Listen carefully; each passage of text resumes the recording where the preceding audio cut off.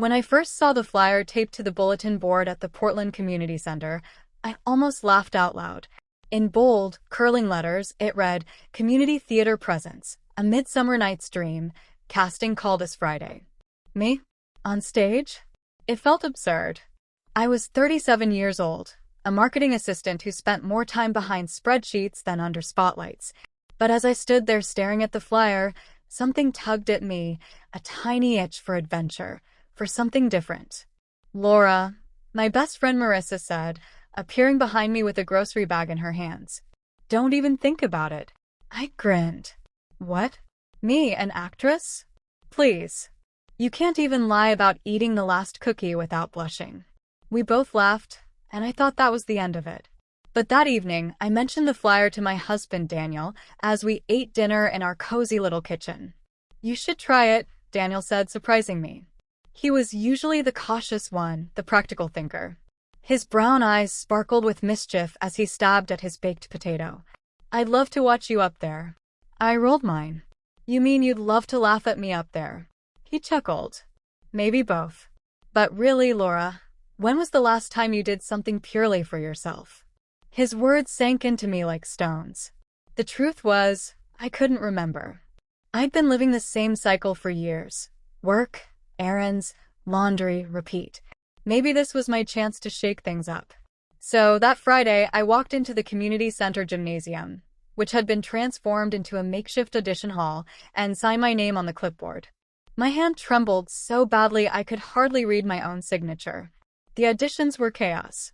People of all ages and backgrounds bustled around the room, flipping through scripts, rehearsing lines under their breath, stretching like they were about to run a marathon instead of recite Shakespeare. When my turn came, I stepped onto the little wooden platform that served as a stage. The director, a wiry man named Gregory with wild hair and thick glasses, gave me a warm smile. Laura Bennett, right? All right, read Helena's monologue, please. I opened the script with shaking hands and began. My voice wobbled, my knees knocked, and at one point I dropped the page completely. But when I looked up, expecting to see Gregory sighing in disappointment, he was beaming. Perfect, he declared. Not polished, but perfect. You're in. I blinked. What? That's it. That's it. Rehearsals start Monday. Walking out of that room, I felt 10 pounds lighter and 10 years younger. For the first time in ages, I wasn't just Laura the wife or Laura the office worker. I was Laura the actress. Of course, reality hit quickly. Rehearsals were brutal. Memorizing lines felt like cramming for a college exam, except this time the professor was Gregory, who barked orders like a drill sergeant. Project, Laura. Project. The audience is in the back row, not your kitchen. Marissa came to one rehearsal to support me, and afterward she whispered, I've never seen you look this alive. Or this sweaty. Meanwhile, Daniel came to every single rehearsal he could, sitting quietly in the back row with a notebook. I thought he was taking notes for me, but when I peeked once, I saw he was sketching little doodles of me on stage. You're enjoying this, aren't you? I asked him one night after practice, collapsing onto the couch. He smirked. I said I wanted to watch. Didn't expect I'd enjoy it this much, though. You're different, Laura. Brighter. Something in his voice made my heart flip. I realized this wasn't just a hobby anymore. It was changing me. As opening night approached, panic set in. The thought of performing in front of a real audience made me want to run straight out the door and never come back.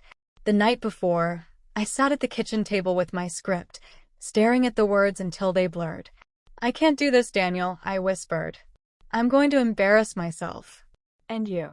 Daniel reached across the table, taking my hand in his. Laura, you've already done the hardest part. You said yes. You stepped out there when you didn't have to. No matter what happens tomorrow, I'm proud of you. His words lodged themselves deep in me. Maybe this wasn't about perfection. Maybe it was about courage. Opening night arrived. The gymnasium was packed, the stage lights blinding. My heart hammered like a drum as I stepped onto the stage in Helena's costume. And then magic happened. The lines flowed. The laughter of the audience rolled over me like a wave.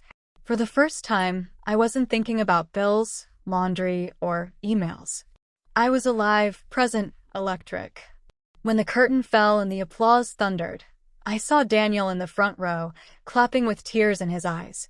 Afterward, the cast gathered at a little diner down the street. I laughed with people I'd only met a month ago, but who now felt like family. My cheeks hurt from smiling, my throat was raw from laughing, and yet I'd never felt more whole. Later, as Daniel and I walked to the car under the chilly Oregon night, he slipped his arm around me. "You were amazing," he murmured. I leaned into him. I didn't expect to enjoy it this much.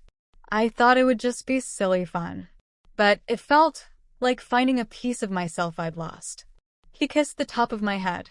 "Told you. I just wanted to watch. Didn't know I'd fall in love with this version of you all over again." The play ran for 3 weekends, and each show was better than the last. By the final performance, I wasn't nervous anymore. I was eager, alive, thriving. When it ended, I cried, not because I'd embarrassed myself, but because I didn't want it to be over. But it wasn't really the end. I auditioned for the next play, and the next.